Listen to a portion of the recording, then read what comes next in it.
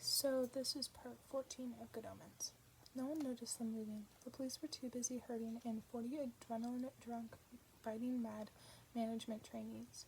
3 police vans had gouged tracks in the lawn, and Aziraphale made Crowley back up for the first of the ambulances, but then the Bentley swished into the night. Behind them, the summer house and gazebo were already ablaze.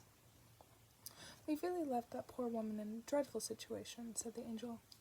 "You think?" said Crowley, trying to hit a hedgehog and missing. "Bookings will double. You mark my words. If she plays her cards right, sorts out the waivers, ties up the legal bits, initiative training with real guns, they'll form queues." "Why are you always so cynical?" "I said, because it's my job." They drove in silence for a while. Then Aziraphale said, "You'd think he'd show up, wouldn't you? You'd think we could detect him in some way." "He won't show up. Not to us. Protective camouflage. He won't even know it, but his powers will keep him hidden from prying occult forces." "Occult forces?"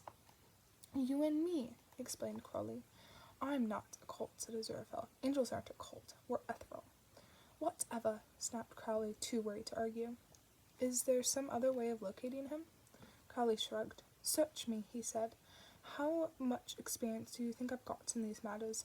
Armageddon only happens once, you know. They don't let you go around again until you get it right." The angel stared out at the rushing hedgerows. "It all seems so peaceful," he said. "How do you think it will happen?" "Well, thermonuclear extinction has always been very popular, although I must say the big boys are being quite polite to each other at the moment." "Asteroid strike," said Aziraphale. "Quite the fashion these days, I understand. Strike into the Indian Ocean, get great big cloud of dust and vapor. Goodbye all higher life forms." "Wow," said Crowley, taking care to exceed the speed limit. Every little bit helped. "It doesn't bear thinking about, does it?" said Aziraphale gloomily. "All the higher life forms skied the way, just like that." "Terrible." "Nothing but dust and fundamentalists." That was nasty. "Sorry, couldn't resist it." They stared at the road. "Maybe some terrorist?" Aziraphale began. "Not one of ours," said Crowley.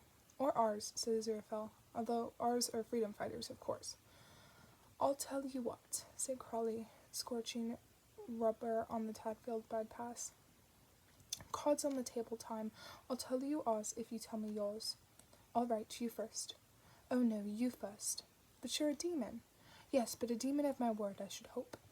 Aziraphale named 5 political leaders. Crowley named 6. 3 names appeared on both lists. "See," said Crowley, "it's like I've always said. They're cunning buggers, humans. You can't trust them an inch." "But I don't think any of ours have any big plans afoot," said Aziraphale. "Just minor acts of political protest," he corrected. "Ah," said Crowley bitterly. "You mean none of this cheap, mass-produced murder? Just personal service, every bullet individually fired by skilled craftsmen." Aziraphale didn't rise to it. "What are we going to do now?" "Try and get some sleep." "You don't need sleep. I don't need sleep. Evil never sleeps, and virtue is ever vigilant." "Evil in general, maybe. The specific part of it has gotten into the habit of getting its head down occasionally."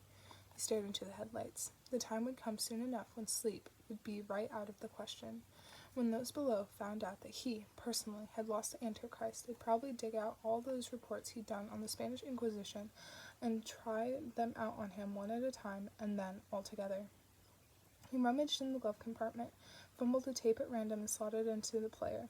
A little music would. "Beelzebub has a devil put aside for me, for me, for me," murmured Crowley. His expression went blank for a moment. Then he gave a strangled scream and wrenched at the on-off knob. "Of course, we might be able to get a human to find him," said Aziraphale thoughtfully. "What?" said Crowley distractedly. "Humans are good at finding other humans. They've been doing it for thousands of years. And the child is human, as well as, you know, he would be hidden from us, but other humans might be able to, sense him perhaps, or spot things we wouldn't think of."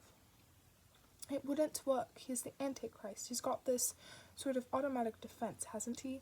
Even if he doesn't know it, it won't even let people suspect him. Not yet. Not till it's ready. Suspicion will slide off him like whatever it is water slides off of," he finished lamely. "Got any better ideas?" "Got one single better idea," said Aziraphale. No. Right then, it could work. Don't tell me you haven't got any front organizations you could use.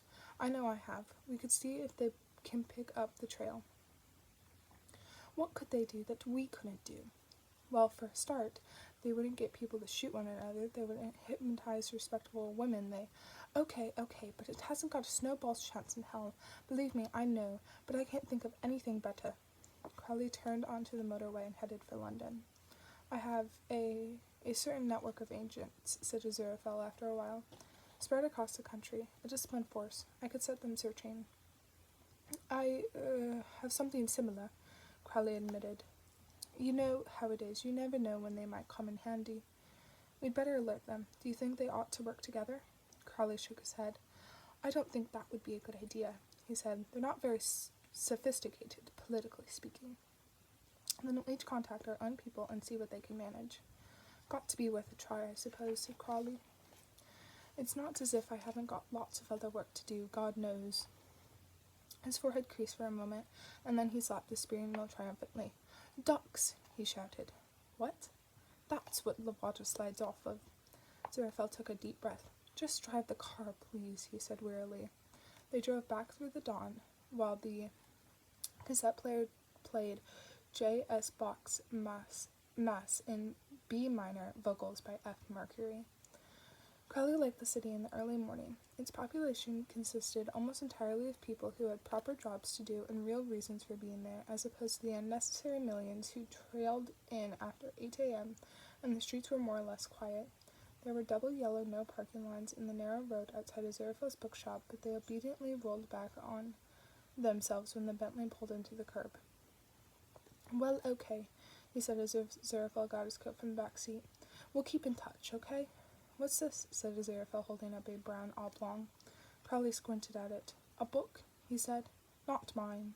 Aziraphale turned a few of the yellowed pages. Tiny bibliophilic bells rang in the back of his mind. It must have belonged to that young lady, he said slowly. We ought to have got her address. Look, I'm in enough trouble as it is. I don't want it getting out that I go around returning people's property to them, said Crowley. Aziraphale reached the title page. It's probably a good job Crowley couldn't see his expression. I suppose you could always send it to the post office there, said Crowley, if you really feel like you must. Address it to the mad woman with the bicycle. Never trust a woman who gives funny names to means of transport. Yes, certainly, said the angel. He fumbled for his keys, dropped them on the pavement, picked them up, dropped them again, and hurried to the shop door. We'll be in touch then, shall we? Crowley called after him. Aziraphale paused in the act of turning the key. What? He said. Oh, yes, fine, jolly good, and he slammed the door. Right, murmured Crowley, suddenly feeling very alone. Torchlight flickered in the lanes. The trouble with trying to find a brown-covered book among brown leaves and brown water at the bottom of a ditch of brown earth in the brown, grayish light of dawn was that you couldn't. It wasn't there. Anathema tried every method of search she could think of. There was the methodical quartering of the ground. There was the slapdash poking at the bracken by the roadside. There was the nonchalant sidling up to it and looking out on the side of her eye. She even tried the one which every romantic nerve of her body insisted should work, which consisted of theoretically giving up, sitting down, and letting her glance fall naturally on a patch of dried earth, which, if she had been in any decent narrative, should have contained the book. It didn't, which meant, as she had feared all along, that it was probably in the back of a car belonging to 2 consenting cycle repairmen. She could feel generations of Agnes Nutter's descendants laughing at her. Even if those 2 were honest enough to want to return it, they'd hardly go to all the trouble of finding a cottage they'd barely seen in the dark. The only hope was they wouldn't know what it was they'd got. Aziraphale, like many Soho merchants who specialized in hard-to-find books for the discerning connoisseur, had a back room. But what was in there was far more exotic than anything normally found inside a shrink-wrapped bag for the customer who knows what he wants. He was particularly proud of his books of prophecy, first editions usually, and every one was signed. He'd gotten Robert Nixon, a 16th century half-wit not related to any U.S. president, and Martha the Gypsy, and Ignatius Silva, and old Otwell Binns. Nostradamus had signed, "To mine old friend Aziraphale, with best wishes." Mother Sipton had spilled drink on his copy, and in a climate-controlled cabinet in one corner was the original scroll in the shaky handwriting of St. John the Divine of Patmos, whose Revelation had been the all-time bestseller.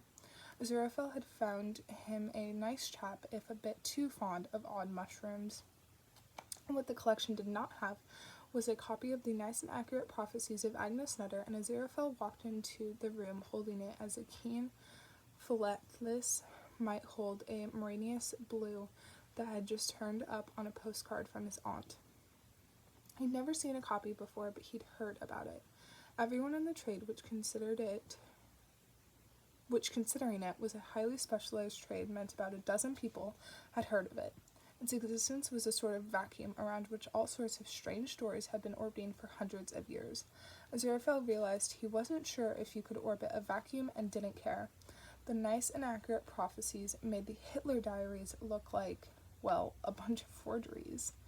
His hand hardly shook at all as he laid it down on a bench, pulled on a pair of surgical rubber gloves, and opened it reverently.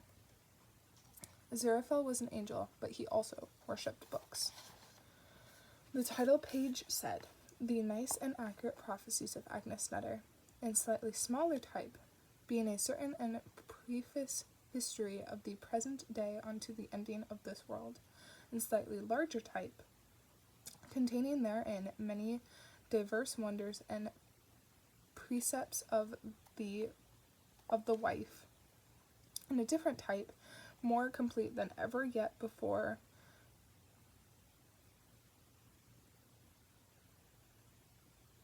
published. Sorry, this is really old English, and I'm not good at that. In smaller type but in capitals, concerning the strange times ahead, in slightly desperate italics, and events of a wonderful nature. In larger type once more.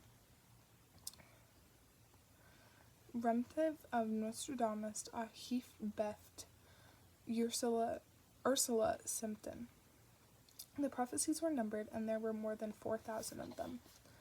Steady, Aziraphale muttered to himself. He went into the little kitchenette and made himself some cocoa and took some deep breaths. Then he came back and read a prophecy at random. 40 minutes later, the cocoa was still untouched.